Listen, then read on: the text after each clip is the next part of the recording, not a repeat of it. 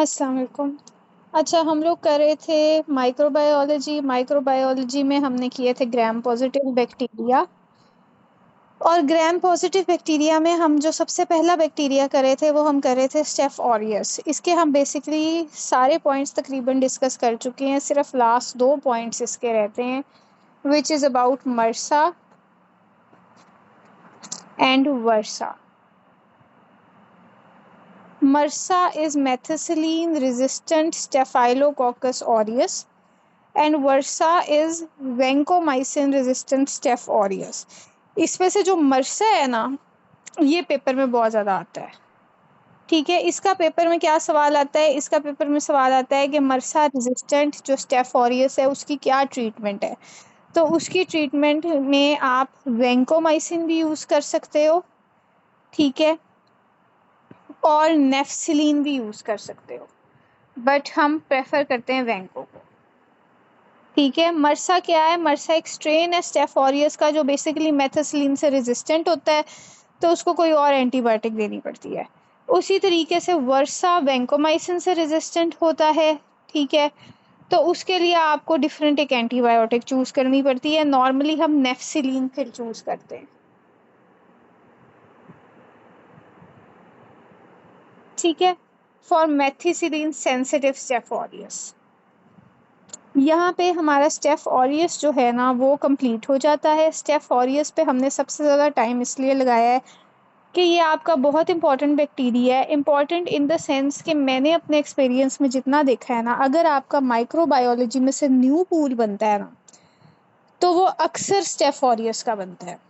ठीक है, जो रिपीट आने ना, वो तो देखो रिपीट आने हैं, वो आप पास पेपर में से कोई भी MCQ वो आ सकता है, किसी भी बैक्टीरिया पे आ सकता है, ठीक है, बट जो न्यू पूल आता है ना, अक्सर वो मैंने देखा है कि ज़्यादा स्टेफ ऑरियस में से आता है, क्योंकि इसका मटेरियल ज़्यादा है, इसके टॉक्सिन ज़्यादा हैं और ये कंफ्यूजिंग हो जाता है थोड़ा सा।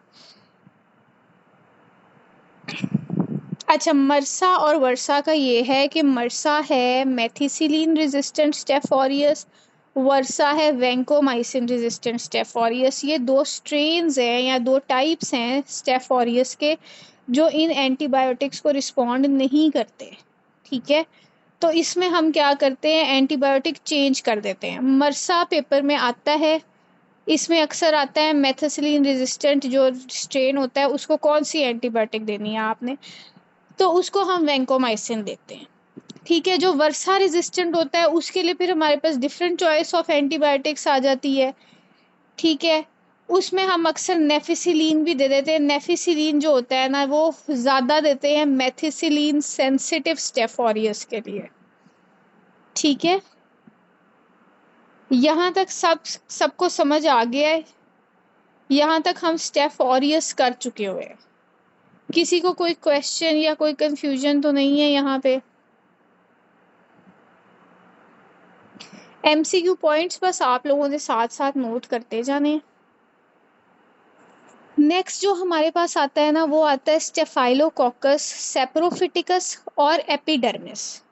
ये दोनों भी स्टेफाइलोकोकस की टाइप्स हैं। एक तो इसमें से सवाल मैंने आपको स्टार्ट में बता दिया था कि एक इसमें से सवाल जो आता है ना वो यही आता है कि आपको वो स्टेटमेंट में दे देता है कि हमारे पास कोएगुलेस पॉजिटिव कैटलेस नेगेटिव बैक्टीरिया है, ठीक है, या वो इस तरह देता है बेसिकली कि कैटलेस पॉजिटिव है कोएगुलेस नेगेटिव है। अच्छा मुझे बताओ, अगर मैं कहूँ कि हमारे पास बैक्टीरिया है जो कैटलेस और कोएगुलेस दोनों को पॉजिटिव है, तो कौन सा बैक्टीरिया है? Which bacteria is catalase and coagulase positive?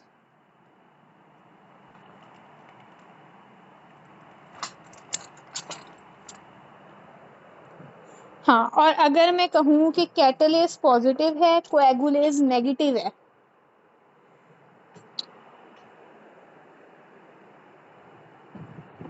कैटलेस positive कोएगुलेज negative, हाँ, एपिडर्मिस या सेप्रोफिटिकस दोनों। और अगर मैं कहूँ कि कैटलेज नेगेटिव है, तो फिर कैटलेज नेगेटिव बैक्टीरिया।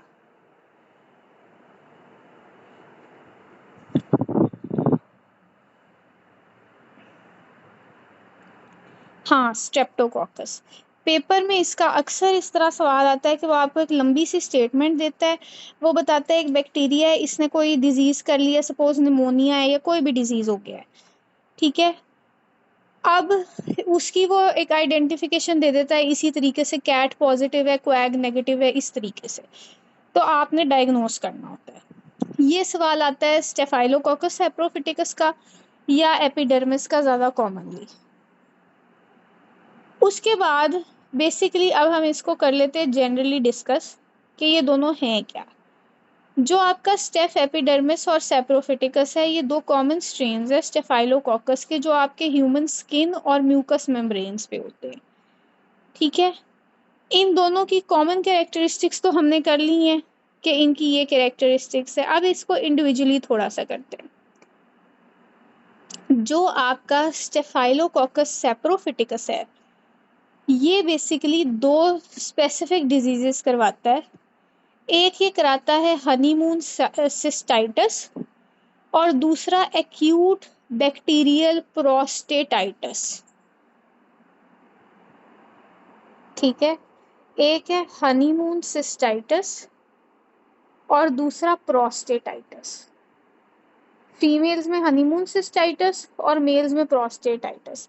अच्छा, अब ये जो हनीमून सिस्टाइटिस है ना, एक्यूट पाइलोनेफ्राइटिस जो है ना, ये आपको यूटीआई की फॉर्म में कराता है, लेकिन वो आपको आता हनीमून सिस्टाइटिस की फॉर्म में है, ठीक है। अब ये जो हनीमून सिस्टाइटिस है ना, ये एज इट इज़ ना, आपको पेपर में इसका विद नेम सवाल नहीं आता। ये बेसिकली एक यूटीआई से सिमिलर जेनिटो यूरिनरी ट्रैक्ट की इन्फेक्शन है, ठीक है। और अक्सर वो आपसे इसी तरह का सवाल पूछ लेता है कि एक कैटलेस पॉजिटिव कोएगुलेज नेगेटिव एक बैक्टीरिया है जिसने कि यूटीआई कॉज किया है किसी फीमेल को, ठीक है। और हम इसमें ई कोलाई में कंफ्यूज हो जाते हैं या सूडोमोनास में कंफ्यूज हो जाते हैं, तो इसका आंसर ना स्टेफाइलोकोकस सेप्रोफिटिकस है।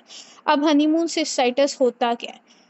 हनीमून सिस्टाइटिस आपके पास एक यूरिनरी ट्रैक्ट इन्फेक्शन होती है which results after sexual activity, most commonly in women, due to short urethra, ठीक है।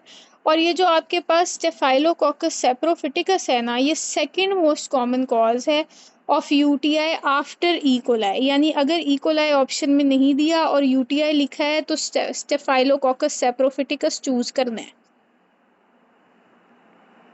ठीक है। यहाँ तक इसकी समझ लग गई है?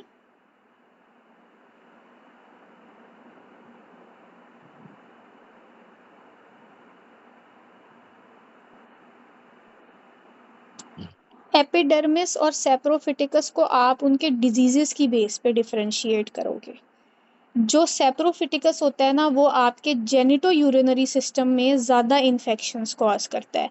अगर मेल है तो प्रोस्टेटाइटिस कर देगा, अगर फीमेल है तो यूटीआई कॉज करेगा, अदरवाइज पाइलोनेफ्राइटिस, ये सारा कुछ आपके पेल्विक रीजन में आता है, ठीक है। जो एपिडर्मिस है ना, वो आपकी कैथेटर्स या ट्यूबिंग्स या हार्ट की वेल्व्स यानी अपर बॉडी को ज़्यादा अफेक्ट करता है, ठीक है। तो आप इनको डिफरेंशिएट करते हो इनके डिजीजेस की बेस पे। जो आपके पास स्टेफाइलोकोकस एपिडर्मिस है, उसको प्रीवियसली कहते थे स्टेफ एल्बस, और ये मोस्ट ऑफनली इन्फेक्ट करता है आर्टिफिशियल जगहों पे। जैसे अगर किसी का आर्टिफिशियल जॉइंट है या इनड्वेलिंग कैथेटर है या हार्ट वेल्व्स है, कोई भी ट्यूबिंग है ना, अगर पेपर की स्टेटमेंट में कोई ट्यूब का जिक्र है, ठीक है, किसी कैथेटर का जिक्र है, किसी आईवी लाइन का जिक्र है, ठीक है, तो फिर आपने स्टेफ एपिडर्मिस को करना है। अगर अगर इस तरह का कोई क्वेश्चन है ना कि मेल सेक्सुअली एक्टिव है, उसको यूटीआई है और ये वाला आंसर, तो आप मुझे एमसीक्यू भेजो। अक्सर पता है क्या होता है, it is not actually about the disease. वो कभी कभी आपको स्टेटमेंट ही ऐसा दे देते हैं कि जिसमें उन्होंने कोई ना कोई स्पेसिफिक कैरेक्टरिस्टिक फिर उस वायरस की या उस बैक्टीरिया की बताई होती है। जैसे सपोज अब ई कोलाई है और स्टेफाइलोकोकस सेप्रोफिटिकस है, ठीक है, दोनों यूटीआई कॉज करते हैं। लेकिन अगर उसने आपको स्टेटमेंट में लिखा हुआ है कि कोएगुलेस पॉजिटिव है कोएगुलेज नेगेटिव है और कैटलेज पॉजिटिव है, ठीक है। और फिर सारे यूटीआई के सिम्टम्स दिए हुए हैं जो इकोलाई के हैं, लेकिन आपने चूज फिर भी स्टेफाइलोकोकस करना है क्योंकि उसने आपको एक बहुत मेजर हिंट दे दी है। तो अगर आप पिक्चर भेज सकते हो तो उस एमसीक्यू की पिक्चर भेज दो, ठीक है। हो सकता है कि वो स्टेटमेंट डिफरेंट हो, सिर्फ उसमें ये ना हो कि किसी सेक्सुअली एक्टिव मेल को है, उसमें उसने कुछ और हिंट दी हो।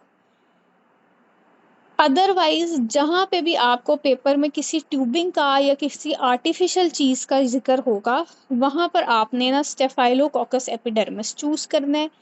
कॉमनली ये होता है आर्टिफिशियल जॉइंट्स में, कैथेटर्स में और इम्प्लांटेड हार्ट वेल्व्स में, जैसे प्रोस्थेटिक वेल्व्स है। आईवी ड्रग अब्यूजर्स में इन्फेक्टिव एंडोकार्डाइटिस की कॉज जो है वो है स्टेफ ऑरियस, और प्रोस्थेटिक वेल्व्स वाले पेशेंट में इन्फेक्टिव एंडोकार्डाइटिस की सबसे कॉमन कॉज है स्टेफाइलोकोकस एपिडर्मिस। ये एमसीक्यू है, ये साइड पे लिख लो। Most common cause of infective endocarditis in prosthetic valves. अब इसकी स्पेशल कैरेक्टरिस्टिक क्या है जिसकी बेस पे ये ज़्यादा डिफरेंशिएट होता है? इसके अंदर एक चीज़ होती है जिसको हम कहते हैं बायोफिल्म। हमने जब बैक्टीरिया स्टार्ट किए हमने पढ़ा है ना कि हर बैक्टीरिया के पास एक कोई ना कोई स्पेशल चीज़ होती है जिससे वो आपकी बॉडी में जा कर के उस बॉडी को टॉक्सिसिटी कॉज करता है, ठीक है। स्टेफ एपिडर्मिस के पास क्या चीज़ है? इसके पास है बायोफिल्म। जो इसकी बायोफिल्म होती है ना, ये बेसिकली क्या है कि ये कोपियस एडहेरेंट मटेरियल है जो इसको ये एबिलिटी देता है कि ये मेटल या प्लास्टिक सरफेसेस पे जा कर के स्टिक करे। तो इस वजह से जब आपकी बॉडी के अंदर कोई मेटल या कोई प्लास्टिक की चीज़ होती है ना, जैसे आर्टिफिशियल जॉइंट हो गया या कैथेटर हो गया, तो ये वहाँ पे जाके चिपक जाता है और वहाँ जा कर के ये अपना रेप्लिकेट करता है अपने आप को, ठीक है। और अपनी कम्युनिटी बनाता है, यानी कम्युनिटी ऑफ माइक्रो ऑर्गेनिजम्स बनाता है उस जगह पे जा कर के। ये जो बायोफिल्म है ना, यही इसका वायरुलेंस फैक्टर है और ये इसको हेल्प करता है इन कॉजिंग इन्फेक्शन, ठीक है। साथ ही साथ ये बायोफिल्म, क्योंकि इस बैक्टीरिया के अराउंड होता है एक एडहेरेंट लेयर होता है, तो ये क्या करता है, ये एक प्रोटेक्टिव एनवायरनमेंट बना लेता है इस बैक्टीरिया के लिए जो इसको प्रोटेक्ट करता है, ठीक है। यहाँ तक समझ आ गया?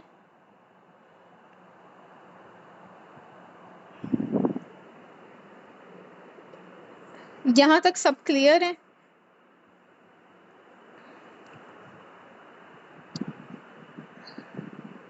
जो स्टेफाइलोकोकस एपिडर्मिस है उसका एक स्पेशल वायरुलेंस फीचर है विच इज़ कॉल्ड बायोफिल्म। ये बायोफिल्म को आप इस तरीके से इमेजिन कर लो कि बैक्टीरिया है, इस बैक्टीरिया का आउटर एक कोट है, ये कोट इसको एबिलिटी देता है कि ये आर्टिफिशियल चीज़ों के साथ चिपक सके और साथ ही ये इसको प्रोटेक्ट करता है। इस कोट को कहते हैं बायोफिल्म, ठीक है। और ये इसका वायरुलेंस फैक्टर है। अब जिनको ये चीज़ थी कि बेसिकली हम इन दोनों को डिफरेंशिएट कैसे करेंगे, तो अब आपके पास एक चीज़ आती है नोवोबायोसिन, ठीक है। नोवोबायोसिन क्या है? नोवोबायोसिन एक एंटीबायोटिक है जो कि डीएनए गायरेज इनहिबिटर है। बस इतना याद रखो कि नोवोबायोसिन एक एंटीबायोटिक है। जो आपके पास स्टेफाइलोकोकस एपिडर्मिस है ना, वो नोवोबायोसिन को रिस्पॉन्ड करता है, नोवोबायोसिन सेंसिटिव है। ये पेपर का क्वेश्चन है, ठीक है। नोवोबायोसिन एक एंटीबायोटिक है जो स्टेफ एपिडर्मिस के लिए यूज होती है और स्टेफ एपिडर्मिस इसको रिस्पॉन्ड करता है, लेकिन स्टेफाइलोकोकस सैप्रोफिटिकस रेजिस्टेंट टू नोवोबायोसिन होता है। तो बेसिकली ये एक डिफरेंशिएटिंग फीचर है जिससे हम इन दोनों को डिफरेंशिएट करते हैं, ठीक है। यहाँ तक सब क्लियर है? अब जिनको ये कंफ्यूजन थी कि हम इनको डिफरेंशिएट करेंगे वो भी क्लियर हो गए हैं। आप इसको एंटीबायोटिक की बेस पे भी डिफरेंशिएट कर सकते हो, आप इसको इसकी लोकेशन ऑफ डिजीजेस की बेस पे भी डिफरेंशिएट कर सकते हो।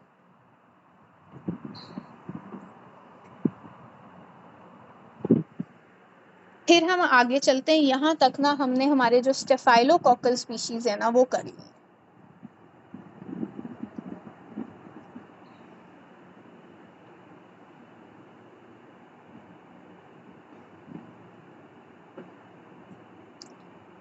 अब हमने करना है नेक्स्ट हमारा स्ट्रेप्टोकोकस। रेजिस्टेंट है सैप्रोफिटिकस और जो सेंसिटिव है वो है एपिडर्मिस। ठीक है, ये पेपर का भी सवाल आ जाता होता है कि बेसिकली नोवोबायोसिन रेजिस्टेंट कौन सा है और सेंसिटिव कौन सा है।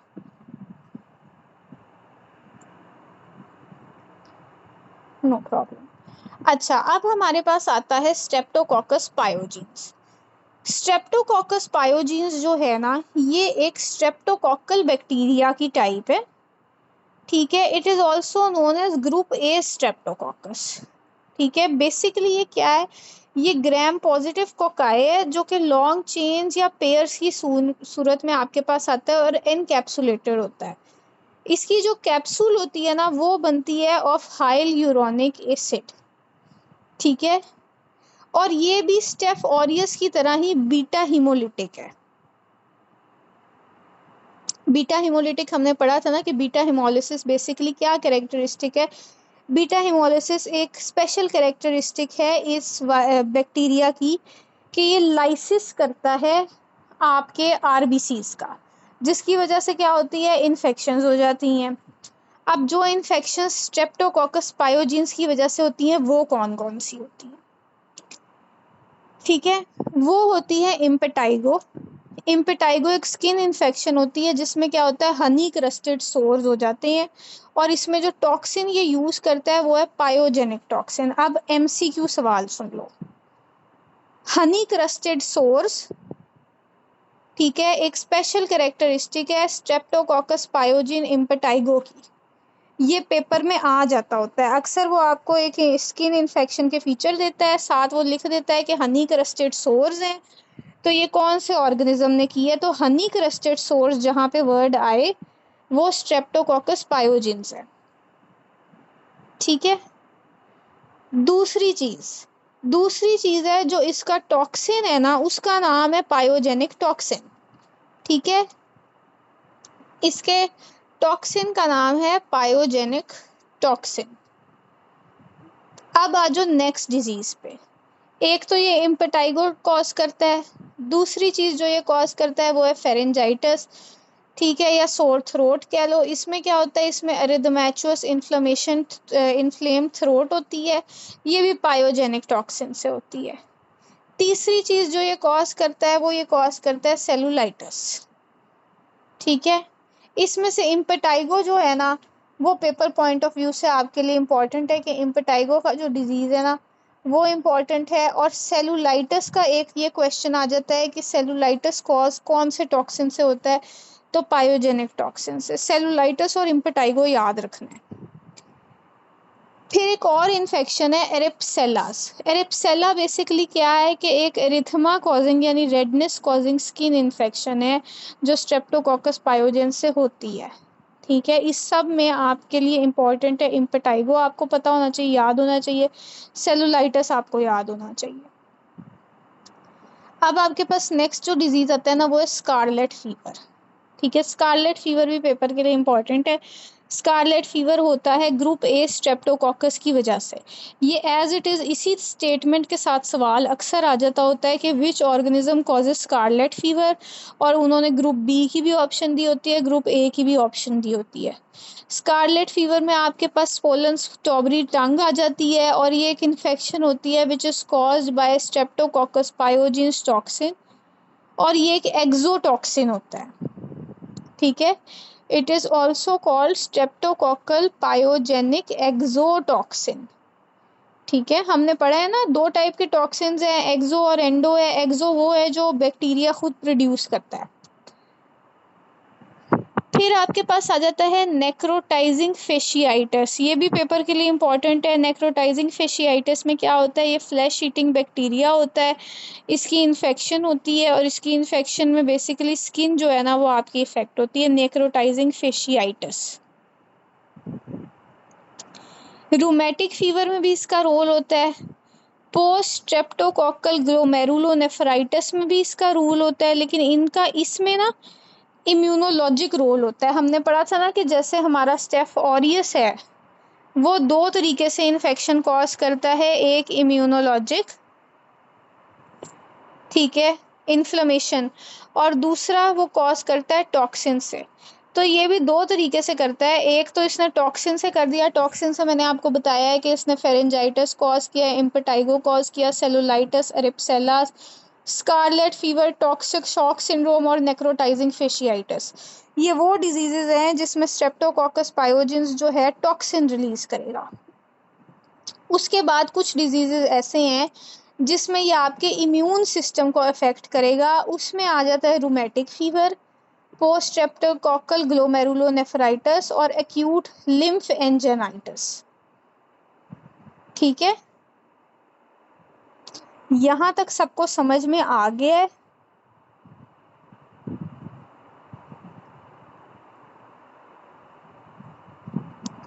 यहां तक सब क्लियर है? तो फिर हम आगे चलेंगे। ठीक है। अच्छा, अब ग्रुप ए स्ट्रेप्टोकोकस को आप बाकी स्ट्रेप्टोकोकस से कैसे डिफरेंशिएट करते हो? तो आप इसको डिफरेंशिएट करते हो, इसकी सेंसिटिविटी होती है एक एंटीबायोटिक से विच इज बैक्टीरासिन। ठीक है, एक नोवोबायोसिन इंपॉर्टेंट पॉइंट है पेपर के लिए, एक बैक्टीरासिन है। ये बैक्टीरासिन सेंसिटिव होता है, बैक्टीरासिन सेंसिटिव ये होता है, बाकी स्ट्रेप्टोकोकाई नहीं होते। अब आ जाओ इसकी वायरुलेंस पे। वायरुलेंस का कॉन्सेप्ट तो आप लोगों को है कि वायरुलेंस क्या है। वायरुलेंस वो फीचर है जिससे बैक्टीरिया जो है ना वो बेसिकली इन्फेक्शन कॉज करता है। अब इसकी वायरुलेंस के लिए इसके पास जो चीज़ें होती हैं वो होती है स्ट्रेप्टोलाइसिन ओ और स्ट्रेप्टोकाइनेज। ठीक है, ये जो वायरुलेंस फीचर्स है ना ये इंपॉर्टेंट है। स्ट्रेप्टोलाइसिन ओ तो अक्सर पेपर में आ जाता है। स्ट्रेप्टोलाइसिन ओ और स्ट्रेप्टोकाइनेज दो इंपॉर्टेंट वायरुलेंस फैक्टर्स हैं for streptococcus pyogenes infection. Streptolysin O basically क्या है, एक पोर फॉर्मिंग टॉक्सिन है जो कि होस्ट के सेल्स को डैमेज करता है और बैक्टीरिया को इनेबल करता है कि वो उसके इम्यून सिस्टम पर जा कर के एक्ट करे।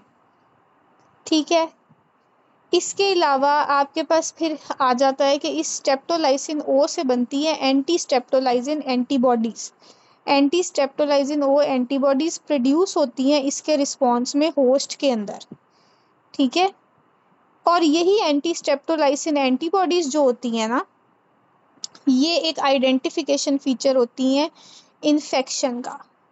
ठीक है, तो अगर हमसे अब पेपर के सवाल हैं ये, initial test for streptococcus infection is ASO and diagnostic test is blood culture. Initial test ASO, diagnostic test blood culture. अब इसमें एक और इम्पॉर्टेंट वायरुलेंस फैक्टर होता है। एक तो हमने पढ़ा ना कि स्ट्रेप्टोलाइसिन ओ है, ठीक है, और स्ट्रेप्टोकाइनेज है। अब एक और चीज़ होती है एम प्रोटीन। एम प्रोटीन एक बहुत इंपॉर्टेंट प्रोटीन होता है जो फेगोसिटिक इन नेचर होता है और इसका रोल ये होता है कि ये जो बैक्टीरिया का एम प्रोटीन होता है ना ये होस्ट सेल्स को फेगोसाइटोस करता है। ठीक है, और इस तरीके से ये इन्वेड करता है होस्ट को और कंट्रीब्यूट करता है वायरुलेंस को। 3 एमसीक्यू के पॉइंट्स हैं, एम प्रोटीन, स्ट्रेप्टोलाइसिन ओ और स्ट्रेप्टोकाइनेज। ठीक है, ये तीनों वायरुलेंस फैक्टर हैं। फिर डायग्नोस्टिक टेस्ट के 2 पॉइंट्स हैं, एक इनिशियल टेस्ट एएसओ होता है और डायग्नोस्टिक टेस्ट जो होता है ना वो आपके पास ब्लड कल्चर होता है। हाँ जी, स्ट्रेप्टोकोकस पायोजेंस ग्रुप ए जो है वो इम्यूनोलॉजिकली ना कॉज करता है रूमेटिक फीवर।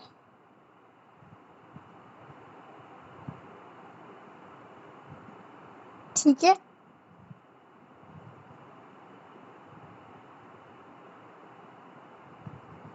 यहाँ तक सब क्लियर है? यहाँ पे हमने बेसिकली हमारा स्ट्रेप्टोकोकस जो है वो ख़त्म कर लिया है। इसकी बैक्टीरियसिन सेंसिटिविटी ये होती है, ठीक है, और इसकी बेस पर हम इसको डिफ्रेंशिएट करते हैं फ्रॉम अदर स्पीसीज।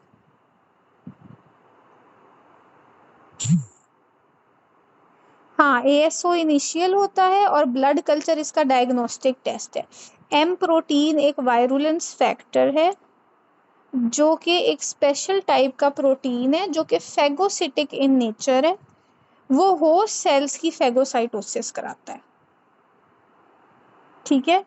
सबसे इंपॉर्टेंट वायरुलेंस फैक्टर स्ट्रेप्टोकोकस का है एम प्रोटीन। ये स्ट्रेप्टोकोकस को फेगोसाइटोस होने से रोकता है, ठीक है। यानी आप कह लो कि स्ट्रेप्टोकोकस को ख़त्म नहीं होने देता। जैसे हमने पहले किया था ना कि आपके पास जो है बायोफिल्म होती है वो प्रोटेक्ट करती है बैक्टीरिया को, उसी तरीके से बेसिकली जो आपके पास स्टेफ ऑरियस का फैक्टर होता है वो उसको फेगोसाइटोस नहीं होने देता।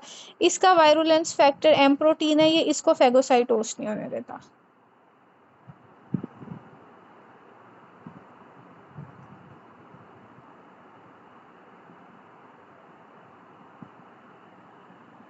एम प्रोटीन आप अगर रूमेटिक हार्ट डिजीज के हवाले से किस तरह से पूछ रहे हो कि एम प्रोटीन का रूमेटिक हार्ट फीवर में कौन सा रोल होता है, तो वो डिफरेंट एम प्रोटीन होता है। वो ये वाला एम प्रोटीन नहीं होता, ये बैक्टीरिया के स्ट्रक्चर में अलहदा से होता है।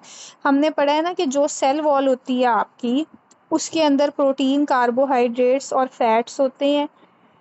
तो बैक्टीरिया की सेल वॉल के अंदर भी प्रोटीन होता है, उसका उस प्रोटीन का नाम है एम प्रोटीन। वो एक डिफरेंट प्रोटीन है, जो हमारी बॉडी के अंदर प्रोटीन है वो डिफरेंट प्रोटीन है,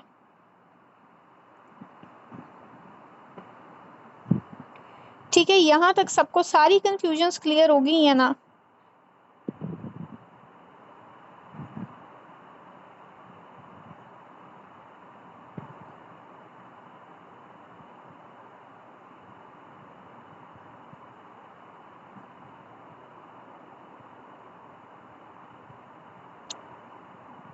अच्छा, अब हम आगे चलते हैं। अब नेक्स्ट हमारे पास जो बैक्टीरिया आ जाता है ना वो आता है क्लोस्ट्रीडियम टेटनी।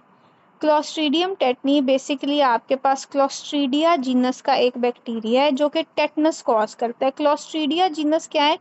क्लोस्ट्रीडिया जीनस आपके पास ना ग्राम पॉजिटिव एनएरोब्स है। हमने पढ़ा है ना कि ग्राम पॉजिटिव बैक्टीरिया की भी क्लासिफिकेशंस है। तो उस क्लासिफिकेशन में हमने पढ़ा है एरोबिक बैक्टीरिया भी है, एनएरोबिक भी है।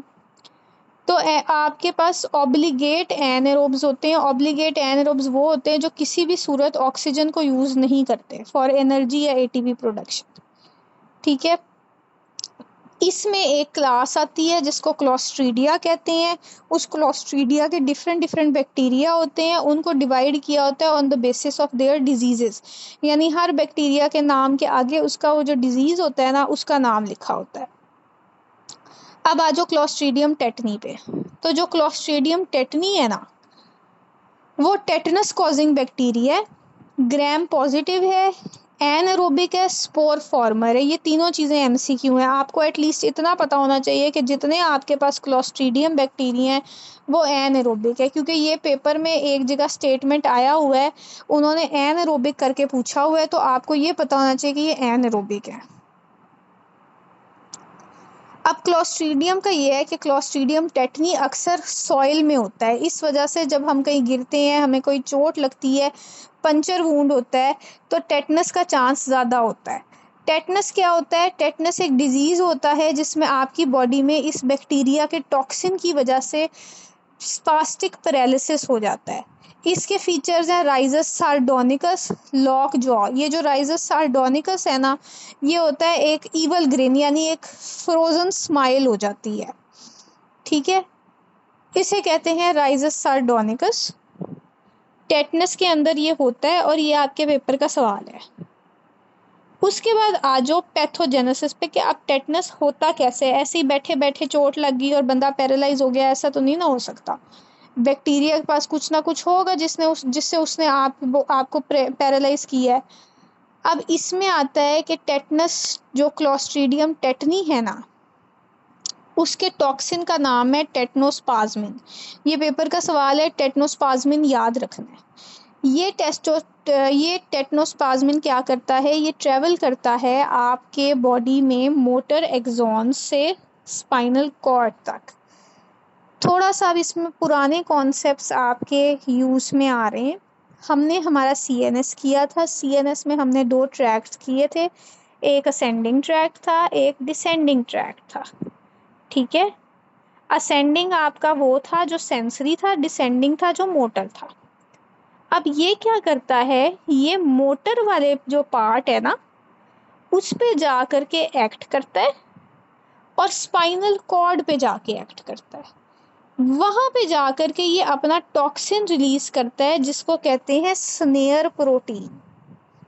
ये स्नेयर प्रोटीन पेपर का सवाल है, ठीक है, ये स्नेयर आ जाता होता है पेपर में। ये स्नेयर प्रोटीन जो होता है इसकी क्लीविंग कराता है और इनहिबिट करता है न्यूरोट्रांसमीटर्स को। न्यूरोट्रांसमीटर्स भी सीएनएस में पढ़े थे ना, गैबा, ग्लाइसिन, ये इनहिबिटरी न्यूरॉन्स होते हैं और ये होते हैं रेनशॉ सेल्स में। ठीक है, रेनशॉ सेल्स, इसको जाकर के ख़त्म जब ये करवाता है तो बॉडी में पैरालिसिस हो जाता है। ठीक है, उस डिजीज़ को कहते हैं टेटनस और उसकी वैक्सीन को कहते हैं टेटनस टॉक्सॉइड वैक्सीन। यहाँ तक सबको समझ आ गया। क्लोस्ट्रीडियम टेटनस में सबसे इम्पॉर्टेंट चीज़ है, आपको इसका डिजीज़ का नाम पता होना चाहिए, आपको पता होना चाहिए ये एनारोबिक है, और फिर आपको पता होना चाहिए कि इसमें 2 मैकेनिज्म है, टॉक्सिन का नाम है टेटनोस्पाज्मिन और प्रोटीन का नाम है स्नेयर प्रोटीन। मैं मैकेनिज्म रिपीट करती हूँ। आपका जो क्लोस्ट्रीडियम बैक्टीरिया है ना, इसके पास एक चीज़ होती है टेटनोस्पाज्मिन। ठीक है, ये जो टेटनोस्पाज्मिन है ना, ये इसके टॉक्सिन का नाम है। ये टॉक्सिन क्या करता है, ये हमारी बॉडी में जाएगा और मोटर एक्सॉन से स्पाइनल कॉर्ड तक जाएगा और फिर ये एक्ट करेगा एज प्रोटीएज। प्रोटीएज होता है वो एंजाइम जो प्रोटीन को डाइजेस्ट करता है या प्रोटीन को ख़त्म कराता है। ठीक है, हमारी बॉडी में एक चीज़ होती है स्नेयर प्रोटीन। ये जो टेटनोस्पाज्मिन है ना, ये उस स्नेयर प्रोटीन को ख़त्म करता है। उस स्नेयर प्रोटीन के ख़त्म होने से क्या होता है कि आपके जो न्यूरोट्रांसमीटर्स होते हैं ना, गैबा और ग्लाइसिन, वो ख़त्म हो जाते हैं। उनका रोल जो है ना वो इसको प्रिवेंट करता है, उसकी वजह से पैरालिसिस हो जाता है।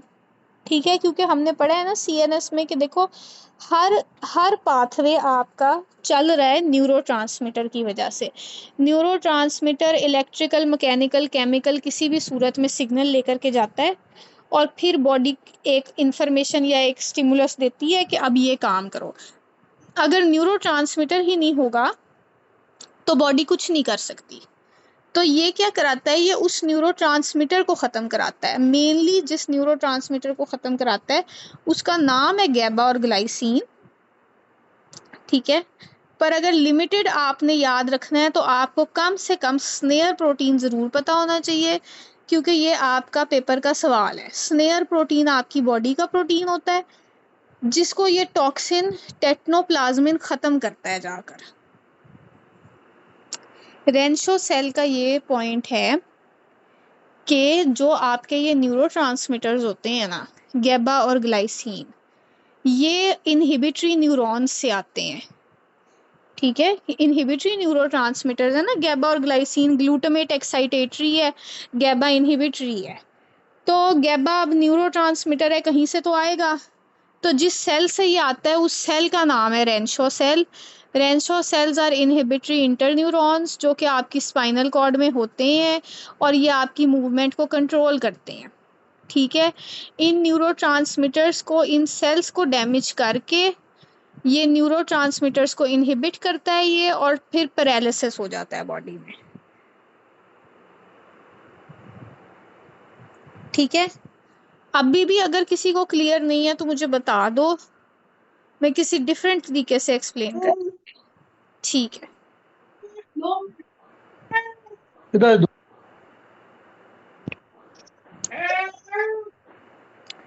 यहाँ तक हमने क्लोस्ट्रीडियम टेटनी कर लिया है।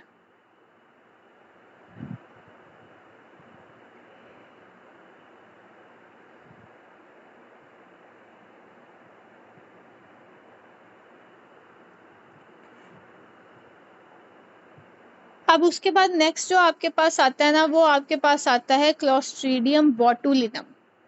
ठीक है, क्लोस्ट्रीडियम बोटुलिनम हम पहले डिस्कस करेंगे, परफेरेंजिस बाद में करेंगे। क्लोस्ट्रीडियम बोटुलिनम की भी वही स्पेसिफिक जो स्टार्टिंग पॉइंट है वो सेम है कि ये ग्राम पॉजिटिव है, ऑब्लिगेट एनारोब है। ठीक है, ये कहाँ पे आपको होता है? ये होता है इम्प्रॉपर कैन फूड्स में, यानी आपके जो कैन फूड्स होते हैं ना, जैसे फ्रूट चाट हो गई कैंड, या पाइनएप्पल्स हो गए, इस टाइप की चीज़ें, इनके अंदर ना अगर कैनिंग सही नहीं हुई तो ये बैक्टीरिया फॉर्म करता है।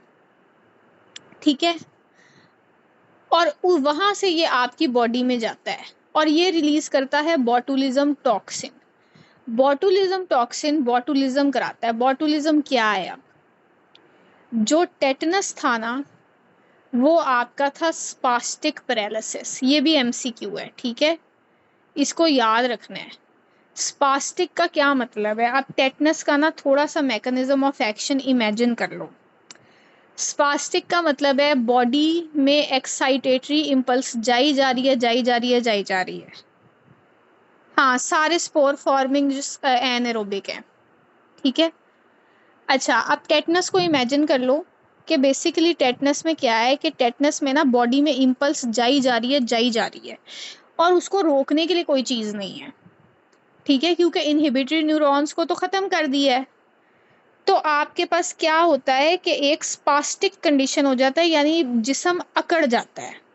इसको कहते हैं अकड़ाव। ये होता है टेटनस में। अब जो बोटुलिज्म होता है ना, वो ऑपोजिट होता है। इसमें क्या होता है? इसमें डिसेंडिंग फ्लैसिड पैरालिसिस होता है। इसका क्या मतलब है? इसका मतलब ये है कि ये बॉडी में ऊपर से शुरू होता है और फिर आहिस्ता आहिस्ता नीचे फैलता है, यानी आपके हेड से लेके नीचे तक फैलेगा। और इसमें क्या होगा? इसमें स्पास्टिसिटी नहीं होगी, यानी जिस्म में वो अकड़ाव नहीं होगा। उल्टा जो पैरालिसिस होगा ना, वो इस टाइप का पैरालिसिस होगा कि आपको सॉफ्ट बॉडी फील होगी। ठीक है, इसमें जो टेटनस है उसमें तो ये होता है ना कि आपको एक ग्रिन आती है, राइजस सार्डोनिकस, यानी जिस्म अकड़ गया है। ठीक है, जबकि क्लोस्ट्रीडियम बोटुलिज्म में क्या है कि कोई ग्रिन नहीं होगी, उल्टा जिस्म जो है वो बिल्कुल सॉफ्ट और फ्लॉपी हो जाएगा। ठीक है, इस चीज़ को जब इन्फेंट्स में ये होता है तो इसको फ्लॉपी बेबी सिंड्रोम भी कहते हैं, और इन्फेंट्स में ये ज़्यादातर होता है ड्यू टू हनी। ये भी एमसीक्यू है। Flaccid paralysis MCQ, floppy baby syndrome MCQ, due to honey ये भी एमसीक्यू है। ठीक है, अब इसका मैकेनिज्म समझते हैं। इसका मैकेनिज्म ये है, हमें ये तो पता है कि टेटनोप्लाज्मिन टॉक्सिन है। ठीक है, इसका ये मैकेनिज्म है कि इसका जो टॉक्सिन है उसका नाम है बोटुलिज्म टॉक्सिन। ये टॉक्सिन रिस्पॉन्सिबल होता है फॉर क्लीविंग स्नेयर प्रोटीन। वो हमने पढ़ लिया कि ये टॉक्सिन आपका प्रोटीएज होता है, उस प्रोटीन को ख़त्म कर देता है। ठीक है, अब ये स्नेयर प्रोटीन क्या कराता था कि ये आपका न्यूरोट्रांसमीटर्स रिलीज कराता था। तो जब ये प्री साइनेप्टिक नर्व टर्मिनल पर होता है या न्यूरो मस्कुलर जंक्शन पे होता है, वहाँ जा कर के इंस्टेड ऑफ गैबा ये टारगेट करता है एसिटाइलकोलिन को। एसिटाइलकोलिन एक्साइटेटरी है। टेटनस में इनहिबिशन नहीं हो रही थी क्योंकि इनहिबिटरी जो आपका न्यूरोट्रांसमीटर है वो ख़त्म हो गया था। बोटुलिज्म में एक्साइटेशन नहीं हो रही क्योंकि एक्साइटेटरी जो आपका न्यूरोट्रांसमीटर है वो ख़त्म हो गया है। ये पॉइंट इम्पॉर्टेंट है आपके लिए, ये आपका अंडरस्टैंडिंग का पॉइंट है। ठीक है, ये सबको क्लियर हो